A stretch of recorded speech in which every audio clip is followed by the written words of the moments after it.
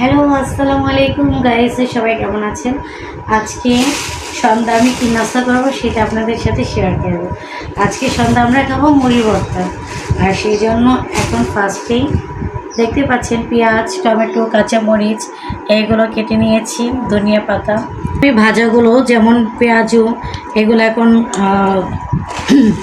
ভাঙতেছি। এই যে বেগুনি দেখতে পাচ্ছেন, আমার এই যে আলুর চপ দেখতে যে কি বলবো নিয়ে এখন এটাকে মাখাঝাকা করব। এই যে দেখেন সরিষার তেলও দিয়েছি, এখন ভালো করে মিক্স করব। এই যে এখন বুটটাকে ঢেলে দিচ্ছি।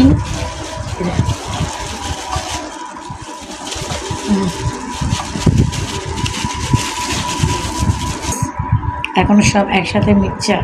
উফ, আমার তো এখনই জিভে জল আসতেছে, কি বলবো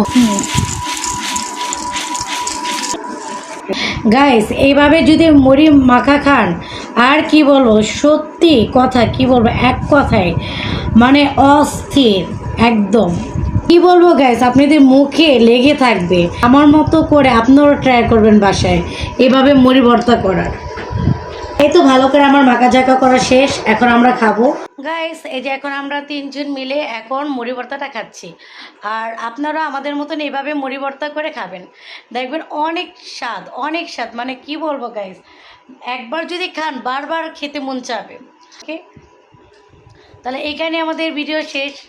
আল্লাহ হাফেজ। ভালো লেগে থাকলে অবশ্যই লাইক এবং সাবস্ক্রাইব করবেন। টাটা।